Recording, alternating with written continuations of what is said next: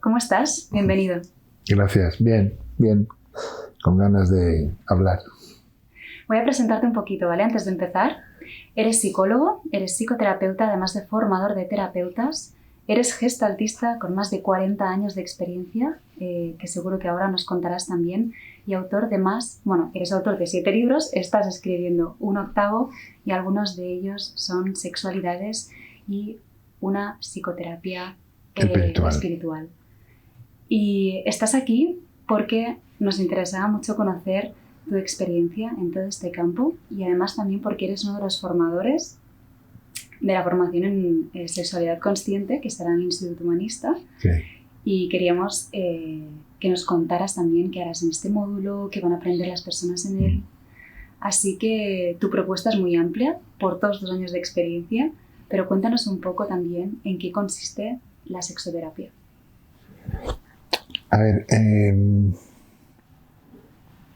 yo creo que lo más original seguramente, cuando pensaba en esta entrevista, recordaba algo que le oí contar a Claudio Naranjo, de una especie de feria en California, donde habían diferentes stands muy vistosos, este tipo californiano, y había uno muy sencillito, que había un pilar, una piedra y un monje. Y entonces, no sé, hay varias versiones, pero la que más recuerdo es una que Claudio se acerca y le pregunta al monje, ¿y cuál es el mérito de esta obra? Dice, que tardé 10 años en hacerla.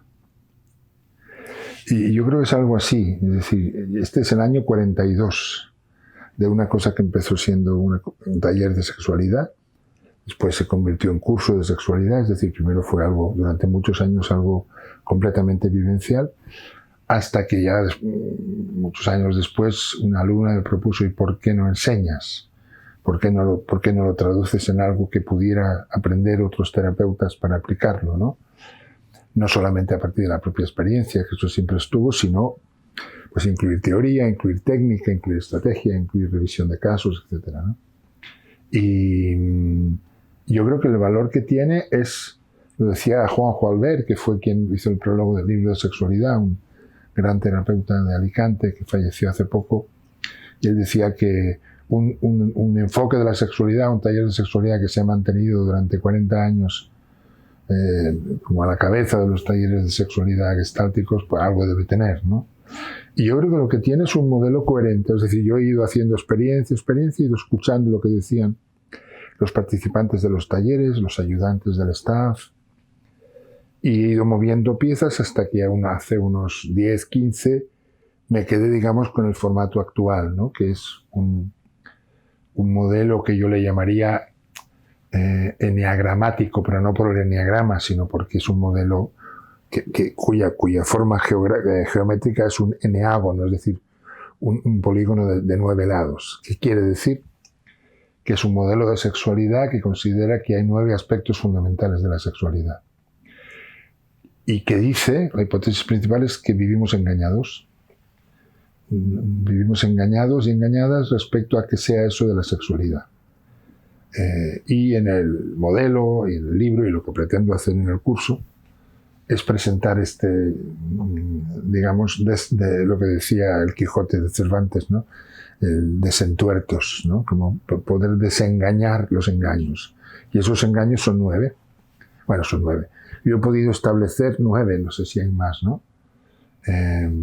¿Te cuento? Sí, te quería preguntar con todo esto que dices, porque tú hablas de vivir una sexualidad con alma. Sí. Yo creo que hay muchas personas que cuando tú dices conocer bien la sexualidad, hemos separado mucho la experiencia de la sexualidad como algo genital a vivir la sexualidad en todo nuestro cuerpo como una experiencia de placer sensorial, claro, más allá de la genitalidad. Claro, esos son los 2 primeros engaños que dice el modelo. ¿No?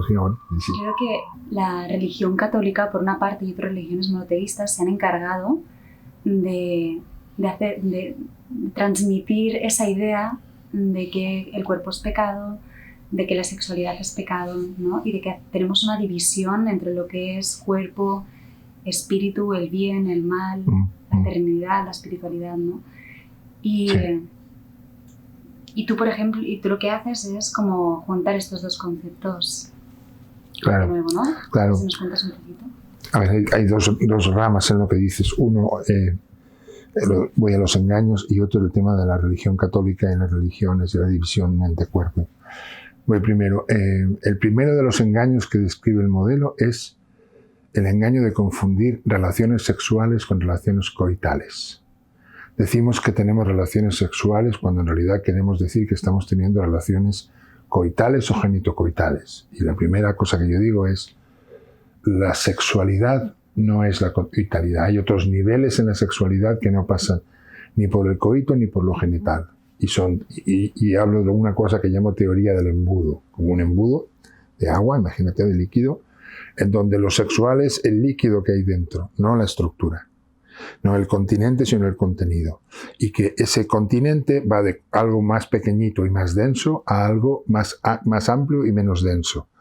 Aquí está lo que podríamos llamar líbido, kundalini, chi, tao, prana. Es decir, la energía sexual como tal. Esa energía que está circulando continuamente, también ahora, y que básicamente lo que hace es que las personas, los animales, los vegetales, se acerquen y se distancien. ¿Entre ellos? Entre ellos, sí. Hace que se muevan los seres. Eso sería eros versus tánatos, que es cuando esto se queda quieto. Cuando deja de haber una atracción. O una repulsión. Una repulsión. Cuando deja de haber movimiento. Entonces esa sería la energía sexual que está circulando ahora, pero que no percibimos, porque para percibirla tenemos que estar en un determinado estado de conciencia, ¿no? Es lo que se llama el orgasmo cósmico de los yogis. Es como... Bueno, la segunda es la sensualidad, que es cuando esa energía nos entra por los sentidos. Y así hay orgasmos de vista, de oído. La tercera es el erotismo, que es cuando esa energía que entra por los sentidos se empieza a centrar en lo genital. Y yo digo, y perdón por la expresión, es un poco grosera, que lo erótico empieza cuando a los chicos se nos pone el pene ¿Se nos pone dura? No, dura no, morcillona digo yo. Dura es así, hace tic. No es todavía la erección, es la preerección. Okay. Y en las mujeres empieza a humedecerse la vulva. Okay. Eso es lo que marca la diferencia entre la sensualidad y el erotismo. Luego vendría la genitalidad y luego la coitalidad. Entonces, esa primera confusión es fundamental, por lo que estábamos diciendo, porque en clínica, por ejemplo, en sexoterapia clínica, muchas mujeres, por ejemplo, que vienen diciendo: no tengo orgasmo. No tienes el orgasmo que estás imaginando que deberías tener, pero probablemente seas capaz de tener otros, ¿no? Y todo eso, bueno, el segundo, y ahí voy a lo del alma, es que si la sexualidad, sí, eso debería ser intimidad. Es decir, en nuestra sociedad tan de consumo y tal, decimos tener sexo o hacer sexo. Y la sexualidad, tal como yo la veo, no es algo que se tenga, como se tiene un ramo de flores o una mesa, ni se hace en el sentido literal de la palabra. No es algo que, como se hace jogging, o se hace macramé, o se hace pintura. Es algo que se vive, que tiene mucho que ver con algo que tiene que ver con abrirse a una energía para dejarla entrar. Entonces, el punto clave para que esté el alma, la diferencia, con perdón de la expresión de nuevo, entre hacer el amor y tener sexo, hacer sexo, o perdón, follar, en el sentido literal de la palabra, es cuando la persona implicada, las personas implicadas son capaces de ponerse vulnerables. Y eso es la intimidad. Como ponerte en un estado en el que el otro pudiera hacerte daño y no te lo hace. Eso genera un estado de conciencia que es lo que hace que el alma venga a la cama, digamos, por decirlo así, ¿no? Y eso es lo que yo llamo intimidad. Eso es lo que yo creo que sería hacer el amor. Eso es lo que permite, y ahí vamos a lo espiritual, que es otro de los aspectos del modelo, eso que el francés se llama la pequeña muerte, en el orgasmo, ¿no? O eso, la expresión popular, me voy, ¿no? ¿Me voy a dónde? Bueno, a un lugar donde no soy yo, donde soy nosotros. Es como una especie de fusión, ¿no? Para que ese yo pueda fundirse, tiene que ablandarse mucho, si no se resiste, ¿no? Y ese me parece que es el puente más claro entre la sexualidad y la espiritualidad, por ejemplo, ¿no? Luego otra cosa que decía, sí, la religión católica, de hecho es la única de las grandes tradiciones que en donde separa, hay dos diosas, hay dos, si hablamos de la religión de la diosa, ¿no? De lo femenino divino, Astarte, Pachamama, Isis, etc. Las religiones cristianas en general son las que hay dos diosas, la María de arriba y la María de abajo, digamos. La María de arriba es la Virgen María y la María de abajo probablemente sea María Magdalena. Pero en la realidad histórica de María Magdalena, no como nos lo ha presentado la Iglesia patriarcal. Es decir, la discípula predilecta de Jesús, donde se supone que él le da una enseñanza particular que no le da a los otros discípulos como mujer, y que María Magdalena, parece que la leyenda, tradición dice que después aterriza en el sur aterriza en barco, en el sur de Francia, y ahí sigue su enseñanza en una cueva que hoy se visita. Entonces es una mujer más ligada a lo sexual, pero en el hinduismo no existe esa división, ni siquiera en el judaísmo existe tanta. Es un artificio, es decir, la religión católica cristiana es una religión que se basa mucho en el miedo, en hacer que el otro tenga miedo. Y pórtate bien y te salvarás, ¿no? Pero ten miedo si no tiras al infierno, ¿no? Y yo creo que nos ha imbuido un miedo al cuerpo, un miedo al placer, que de entrada no tiene nada de malo. Cuando tú estás hablando de esos distintos niveles de pulsión sexual, cuando decías del orgasmo de la vista, de los sentidos, pensaba, estás del arte, ¿no? Es que realmente no nos damos cuenta de que esta energía sexual es la misma que ayuda a una madre a maternar, al bebé a chupar de la teta, a tener esa conexión de la diada, a emocionarte delante de algo como este precioso cuadro que tienes justo detrás tuyo. Al respecto está lo que se llama el síndrome de Stendhal. Es un escritor francés que va a Florencia, ahí en la Santa Croce, que es una capilla, y empieza a ver obras de arte que le emocionan, y él escribe, y empieza a tener taquicardia, sudoración, agitación de la respiración, y él mismo dice, como si estuviera en la cama con una bella mujer. Y eso se llama hoy en día el síndrome de Stendhal o de Stendhal, que es ese orgasmo visual, ese asistir a tanta belleza que... Fíjate, pero fíjate el gesto físico que hacemos. Inspiramos, es decir, necesitamos tomar aires como si es lo que se llama el asombro también, ¿no? En un sentido más espiritual. Es como quedarnos así con cara de tonto, ¿no?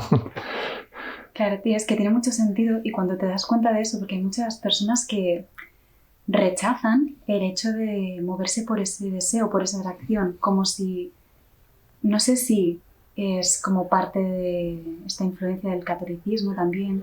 Pero no solo, también la de la... me venía Descartes, ¿no?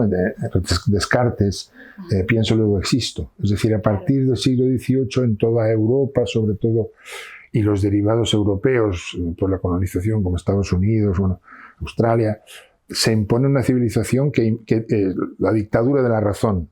Pienso luego existo. Es decir, si no pienso, no existo. No, puedes existir sin pensar. Puedes existir solo sintiendo o solo sensando. Es decir, no es la única inteligencia posible, la inteligencia mental o las inteligencias mentales. Existe una inteligencia emocional que se llama corazonada. Pero que hoy en día se sabe, por ejemplo, que el campo magnético del corazón, por decirlo así, es más amplio que el campo magnético del cerebro. Cuando viene alguien, percibimos antes si esa persona viene a favor o en contra por la corazonada que por el cerebro. Y luego existe la inteligencia. Hoy se sabe que hay neurotransmisores en el intestino, que hay y hay dopamina, y hay serotonina, es decir, que hay una inteligencia que se llama la inteligencia de las tripas, de las entrañas, ¿no? Entonces, si no soltamos eso de alguna manera en un espacio controlado, seguro, con sus límites, estamos viviendo al 33%, digamos, de quienes somos, en general, ¿no? Y eso en la sexualidad se nota mucho, porque no solo por eso, pero, es decir, volviendo al origen, ¿no? Está toda la influencia de la Iglesia católica, cristiana en general, pero también esa sociedad racionalista que nos nos impide lo que Claudio llamaba espontaneidad o Fritz Perls llamaba autorregulación organísmica, es decir, fiarnos, al menos fiarnos un poco más de lo que dicen las tripas, para entendernos, ¿no? ¿Tener miedo a la sexualidad es tener miedo a nuestra creatividad? Van unidas, son dos asuntos diferentes, pero tienen la misma raíz, que es aprender a fiarse de lo que Nietzsche llamaba lo dionisíaco versus lo apolíneo, como esa polaridad, lo apolíneo más retentivo, más sobrio, lo dionisíaco la entrega a la experiencia, ¿no? Para ser creativo, en un momento al menos del proceso, hay que entregarse a la experiencia.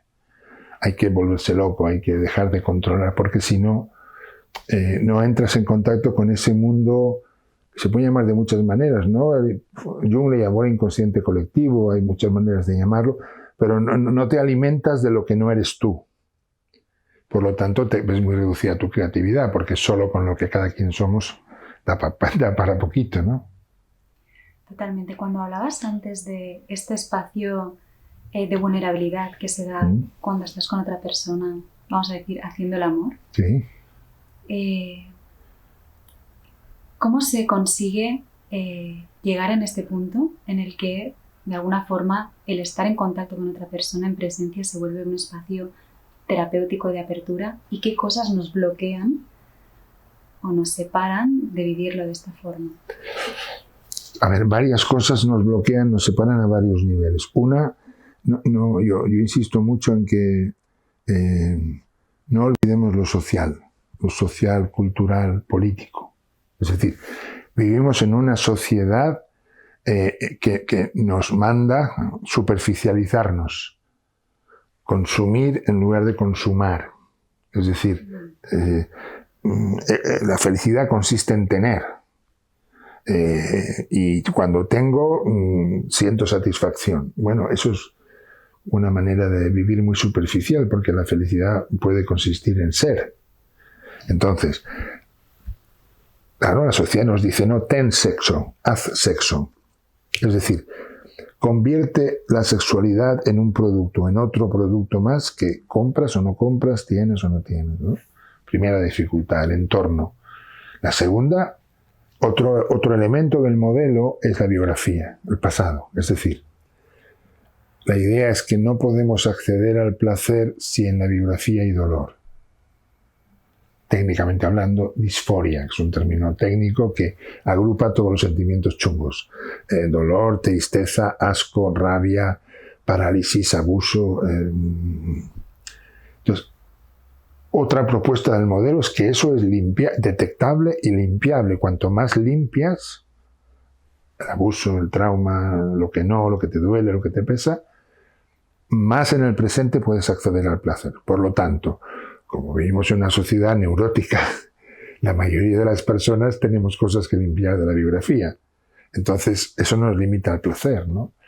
Y luego, por un tercer factor es que tenemos mucho miedo a la locura. Siendo neurótico, quiero decir, si habláramos de psicosis es otro tema, ¿no? Pero en personas, entre comillas, normales o con neurosis que no se han estructurado en un trastorno, neurosis bajitas, el principal problema no es volverse loco, es la dificultad de volverse loco, entendiendo volverse loco como descontrolarse. Incluso eso tiene un nombre, hoy en día se llama normótico, es decir, el neurótico es normótico, entendiendo como normosis la neurosis que consiste en no poderse salir de las reglas en ningún momento.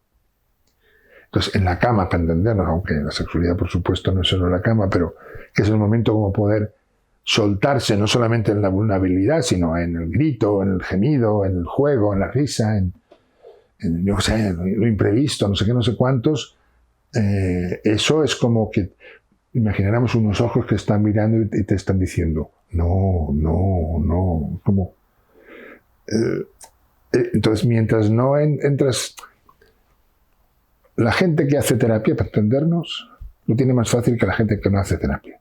¿No? Me refiero a una terapia introspectiva, no a una terapia de modificación de conducta, de solución de síntomas. La gente que está en un camino de autoconocimiento, sea terapia, sea otro tipo de enfoques, cualquier tipo de terapia introspectiva, como se conoce mejor, tiene más detectados a los ojos.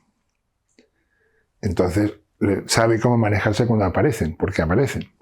Se hace menos caso, los tiene más olvidados. Entonces, de eso se trata, de poder utilizar la cama, la sexualidad, como una manera de conocerse mejor, ¿no? Creo yo. Creo que también hay muchas personas, como tú dices, que tienen miedo a esa intimidad y que quizás lo vuelven como algo más mecánico, como paso 1, ¿cómo voy a acceder al otro? Ah, vale, conozco estos puntos erógenos. Paso 2, ¿qué puedo hacer? Esto y esto. Pero te pierdes entonces como esta parte de experimentación, de diversión y de ver que en la sexualidad, como tú decías, a lo mejor algo que se puede abrir es un llanto, claro, o un dolor.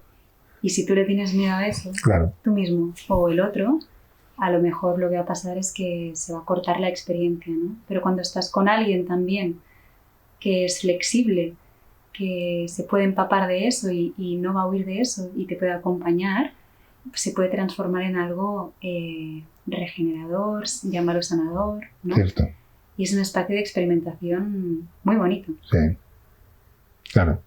Por ahí va la cosa, ¿verdad? Por ahí vamos, ¿no? Por ahí vamos, sí. ¿Qué le Antes nos estabas hablando de 9 pasos. No, más que 9 pasos, 9 es... a ver, imaginemos 2 triángulos, uno hacia abajo y otro hacia arriba, que se interpenetran, da un hexágono, ¿vale? Una cosa que tiene 6 puntas, una estrella de 6 puntas. Uh-huh. Y está insertado en un cuadrado y todo en un círculo, y hay un centro. ¿Vale? Entonces son como 9 maneras de mirar la propia sexualidad. Pues el trabajo del taller, del curso, y todos los talleres y cursos de sexualidad están planteados como un viaje para conocer la propia sexualidad. Entonces empezamos a mirarla desde aquí, a ver qué encuentro, luego la miro desde aquí, a ver qué encuentro, luego la miro desde aquí. O sea, algo parecido a eso, ¿no? En forma abreviada, porque en lo que respecta al módulo que nos ocupa. Claro, es poco tiempo para toda esta cantidad de información. Claro, entonces es como o elegir unas cosas más que otras, o acortar, o resumir, ¿no? ¿En qué cosas le dirías a una persona que empieza a explorar en todo esto, que se ocupara del mismo para vivir una sexualidad más plena? Yo creo que el primer paso es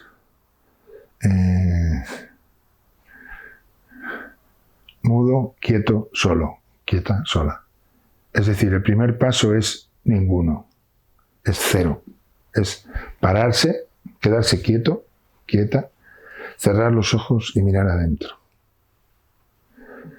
Enfocar la respiración y tener una cierta conciencia de que hay algo dentro de mí, de que hay un mundo interior, ¿no?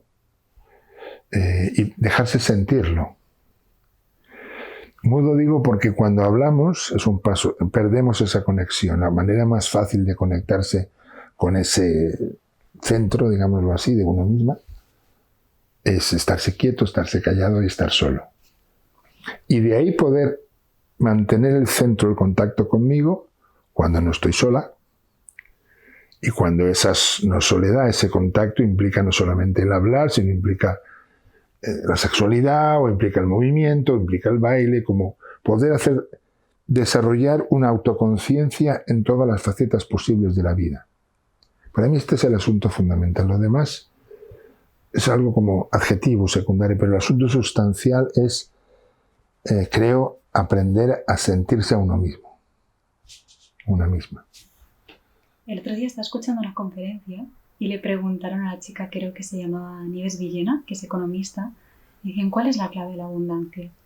Y ella contestaba, creo que es estar simplemente presente, pudiendo disfrutar de todo aquello que acontece en tu vida. Porque si no eres capaz de hacer eso, vas a vivir siempre en carencia de experiencias, carencia de placer, nunca va a ser suficiente. Cuando tú dices esto pienso, es que en realidad es la clave de claro, todo, ¿no? La famosa presencia, claro. Porque si no estás presente, no eres libre. Es decir, estamos teniendo una relación sexual, ¿no? Llamada coital, genitocoital, para hacerlo más sencillo. Si yo no estoy presente a mí, no soy capaz de decir esto no, o ahora no. o esto sí, más de esto. Es como, solo cuando hay un registro interno esto es posible, porque evito ponerme automática, un poco lo que tú decías de ahora hago esto, hago esto.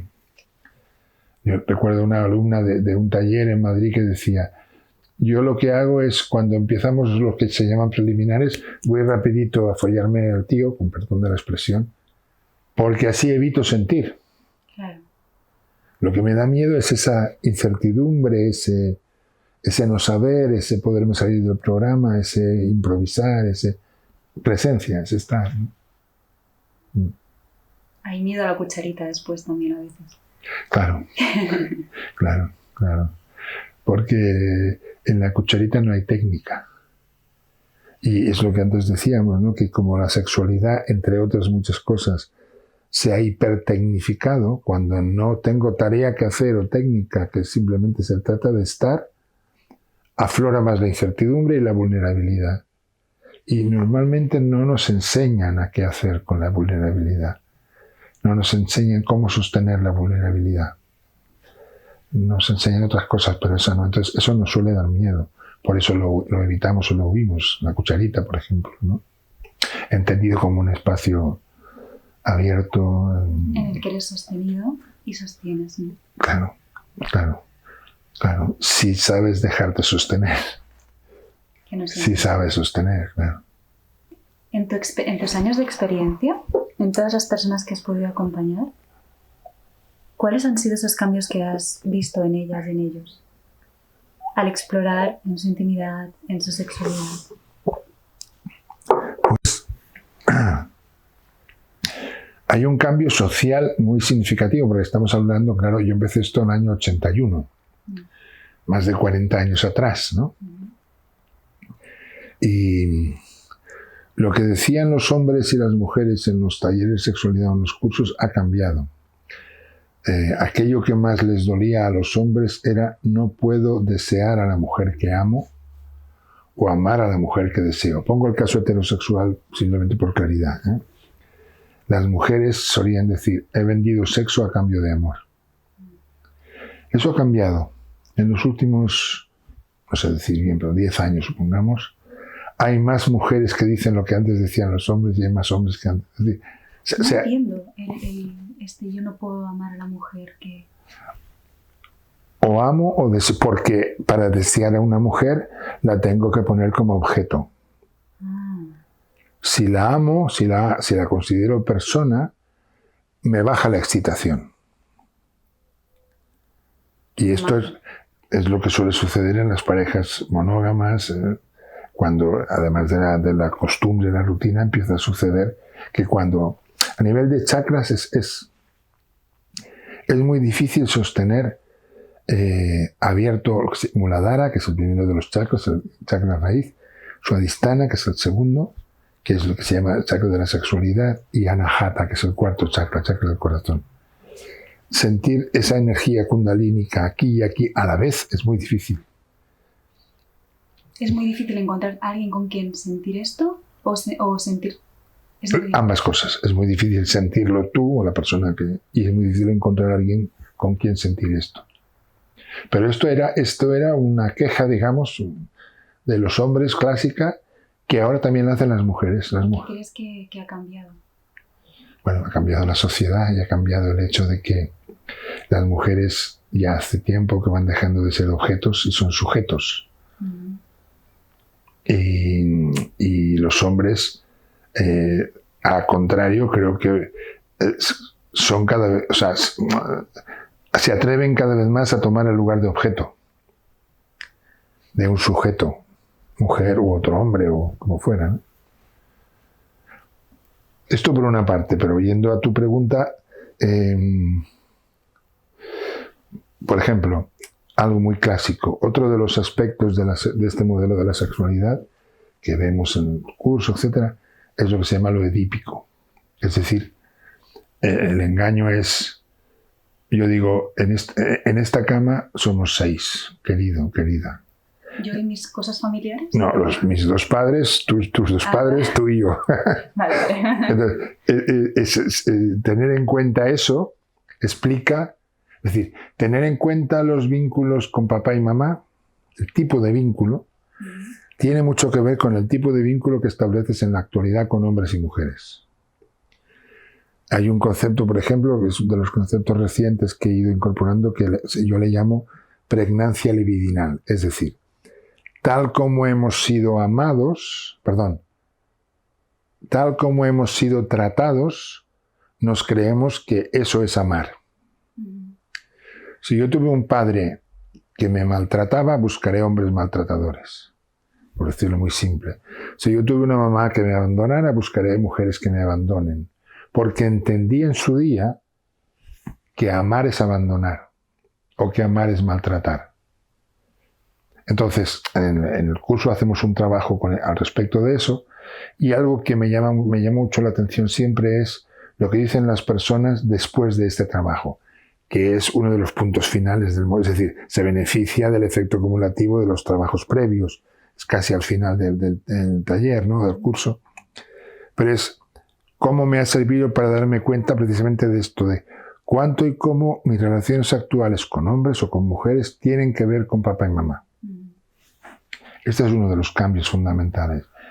Y la otra es la descoitalización, por decirlo así. Es como si existe una dictadura de lo racional respecto a lo emocional y a lo corporal, yo creo que existe una dictadura de lo coital respecto a la sexualidad, esto que decíamos antes. Es decir, que cada quien podemos tener placer sin necesidad del coito. Que existen orgasmos que no pasan por el coito.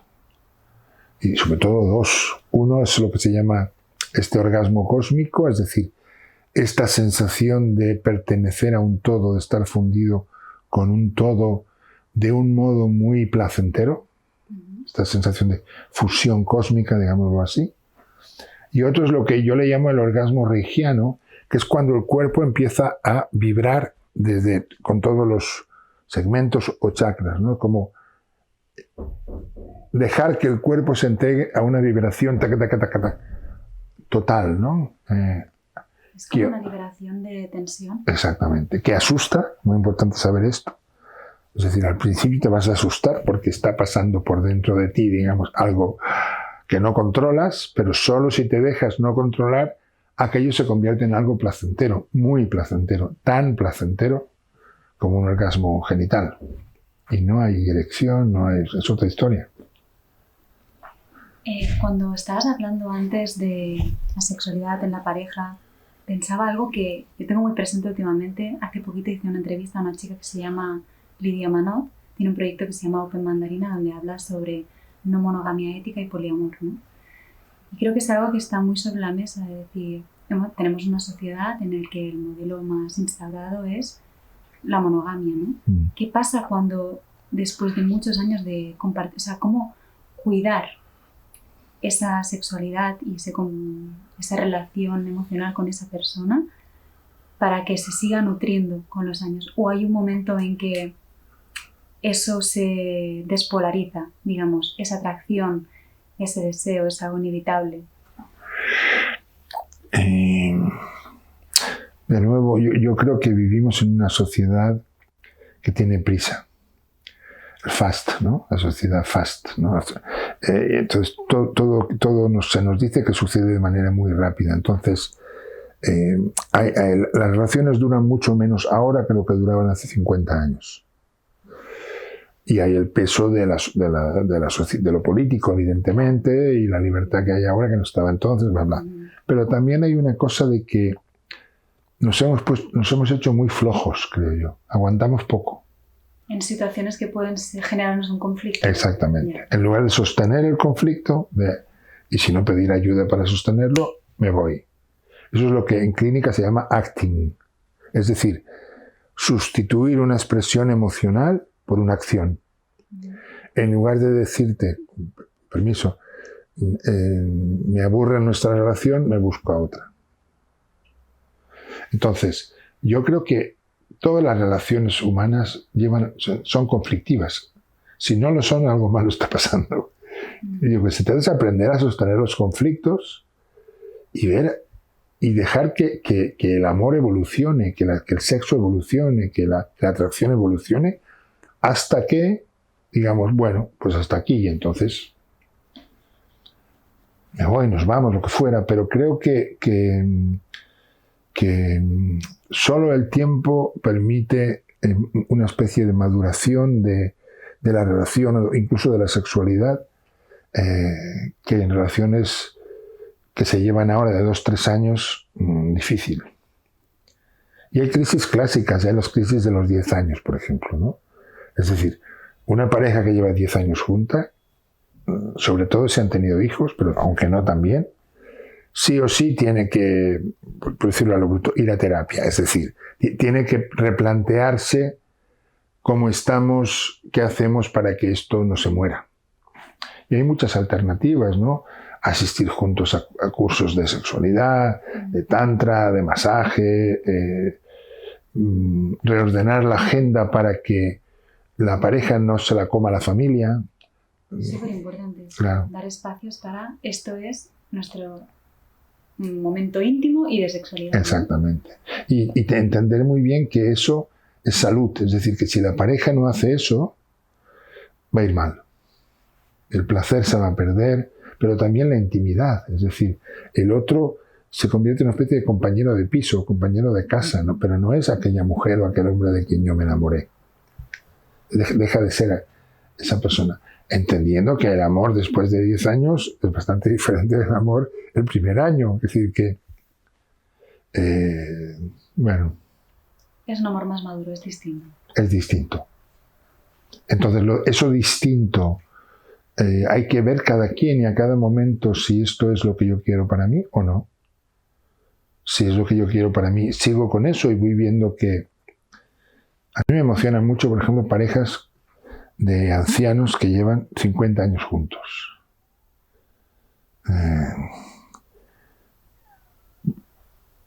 Yo viví 30 años con la misma mujer, digamos, ¿no? Hasta que la cosa no dio más de sí. O sea, no excluyo la separación, pero cuando yo escucho a esas parejas de ancianos que se miran de esa manera, yo me pregunto, ¿qué habrá pasado aquí para que esta persona, además de la presión social para no te separes, hasta que la muerte os separe, la economía, en fin, muchos otros factores, pero ¿cómo será ese deseo madurado? Yo lo comparo con un vino, ¿no? A mí soy un gran amante del buen vino, ¿no? Pero un Burdeos de 50 años, ¿no? O un Borgoña. Bueno, nada que ver con un Borgoña de 2 años. Es otra historia, ¿no? Y al mismo tiempo, por lo que dices, yo creo que la sociedad está cambiando mucho en los últimos 20 años, por decirlo así, ¿no? La propia sexualidad, el libro se titula Sexualidades. A propósito, que ese es el tercero de los engaños, ¿no? No existe una sexualidad mejor que otras, de entrada. Una forma de relación mejor que otras. Exactamente. Eso es un producto del patriarcado, que yo creo que uno de sus virus principales es el pensamiento único, lo singular. Cuando en la vida la mayoría de las cosas son plurales. La vida no suele ser en blanco y negro, sino es un continuum con diferentes colores, digamos, ¿no? Pero está cambiando, están apareciendo mucho más identidades sexuales, mucho más visibles que lo que eran hace 30 años, desde los no binarios, queer, etcétera, etcétera, etcétera. El lugar de la mujer en la sociedad, pero también en la pareja, es otro. El tipo de relación, poligamia o poliandría, se está abriendo camino y son cosas que hay que ver cómo son. Yo recuerdo cuando presentábamos el libro de Ser Padre, uno de los libros que antes citabas, en Madrid, un colega hablando sobre cuál va a ser el efecto de estas nuevas formas de familia. ¿En los hijos? En los hijos. Y él decía, pues esto no lo tendrán que contar los hijos de aquí a 20 años. Es decir, no sabemos qué efecto va a tener. Lo que vemos es que, desde luego, la familia tradicional se ha roto. O sea, se ha roto en sentido de que hay otros tipos de familia que de entrada no son peores. Pero tampoco lo sabemos muy bien qué tipo de efectos. Por ejemplo, lo del Edipo, ¿no? Esta historia de... ¿Qué diferencia para mi hijo hay cuando mis dos figuras de referencia son dos mujeres? Cuando son dos hombres, cuando son un hombre y una mujer. Pero dentro de ese hombre y mujer, volvemos a lo plural, hay varias maneras de ser hombre y hay varias maneras de ser mujer. Por lo tanto, ¿esto qué efecto va a tener en mí? Por ejemplo, el concepto este de Edipo clásico o Electra en la mujer, ¿se va a sostener? ¿No? ¿Qué va a producir? Claro, yo cuando he estudiado cosas de psicoterapia, ¿no? Formaciones y tal, y tenía estos conceptos muy anclados, y cuando he ido a compartir todo esto con amigas que, bueno, conocen mucho más feminismo a profundidad, me lo ponían mucho en tela de juicio. Les decía, claro, es que no lo sé, porque yo tengo mi experiencia, pero mi experiencia también ha sido esta. Mi padre, mi madre, ¿no? ¿Cómo será con una persona que ha vivido con dos madres? ¿Cómo han sido estos referentes? ¿Cuál era... ¿Quién sostenía una energía más femenina y una masculina? ¿Cómo se complementaban? ¿Y qué es una energía masculina, más masculina o una energía más femenina? Exactamente. ¿Y qué significan esos conceptos? Claro, claro. Es una reformulación de muchas cosas. Claro, claro.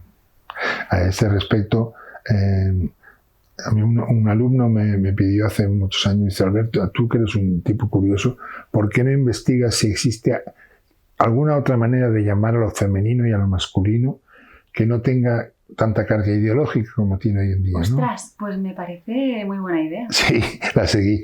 Y la primera etapa del viaje fue la cosmogonía celta, la mitología celta, en donde existe... Ellos hablan de la rueda del año y hablan de Yamos y Samos. Siempre me lío, pero uno de los dos creo que es Yamos, que evoca lo femenino, empieza en noviembre y termina en mayo, que es la época oscura, hacia adentro, de la semilla, de la regeneración, la receptividad.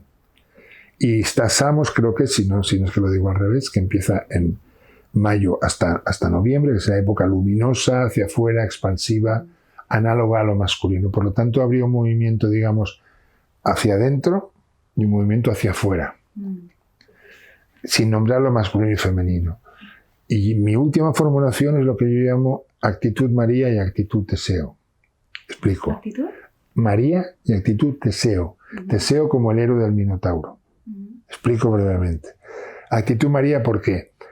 Porque yo creo que además de... bueno, primero parto del mundo del sufismo, que es como la tradición esotérica del Islam, para entendernos, que dicen que lo importante de la Virgen María no es que fuera virgen genitalmente, es que era virgen de plan.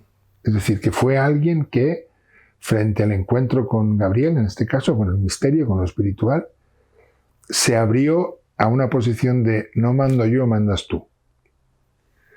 He aquí la esclava del Señor, hágase en mí según tu palabra. Es decir, he aquí la esclava de la vida, que se haga lo que tú quieras, vida, y no lo que yo quiera, María. Entonces yo digo que en cada uno de nosotras y de nosotros hay una parte María y una parte Jesús. La parte María es esa parte que es capaz de abrirse a seguir los dictados de la vida, sobre todo cuando la vida se pone de culo. Cuando la vida no hace lo que uno querría que hiciera, ¿no? La mayor parte del tiempo, básicamente. Y sobre todo la enfermedad, la muerte, la ruina, en fin. Es decir, es la capacidad de entrega a una voluntad que no es mía, sino que es de la vida. Y implica ese movimiento que evoca lo cóncavo, lo receptivo, la entrega, ¿no? Versus la actitud Teseo. Teseo es el héroe del Minotauro, que es justo la opuesta, es ir a agredir el mundo, pero agredir en el sentido etimológico de la palabra, que significaba acometer, nada de violencia, nada por el estilo. Es como la capacidad de incidir sobre el mundo, como la punta de la flecha, ¿no? Entonces, evocando, digamos, lo masculino. Entonces yo hablo de esas dos actitudes para saltar esa terminología, y lo que digo es que la salud mental o corporal, o la salud, pasa por aprender las dos actitudes. Abrir, ir. Recibo, voy, ¿no? Bueno. Me gusta mucho esta manera de definirlo, creo que lo deja muy claro. Claro. Es decir, necesitamos ser receptivos y vulnerables para moldarnos a los cambios y necesitamos accionar y dirigirnos hacia donde queremos para construir la vida que es para nosotros, ¿no? Exactamente. Y eso es lo que nos da equilibrio y Sí, ese movimiento de individuación del que hablaba yo también. Sí. Muchísimas gracias, Albert. Es un placer hablar contigo. Eres un mundo interior de experiencias y de conocimiento en este ámbito. Me encantará venir a tu módulo en la formación de sexualidad consciente, en el que seguro que aprenderemos muchísimo más. Y eso, dicho, muchas gracias por este ratito compartido y seguimos. Ha sido un placer también para mí. ¿Quieres añadir algo más para cerrar? No, que estoy contento de participar en esta formación de sexualidad consciente para poder aportar mi granito en el entorno de muchos granitos, ¿no? Como un equipo, que me gusta mucho el equipo como tal. Y bueno, encantado. Un placer y hasta pronto. Hasta pronto.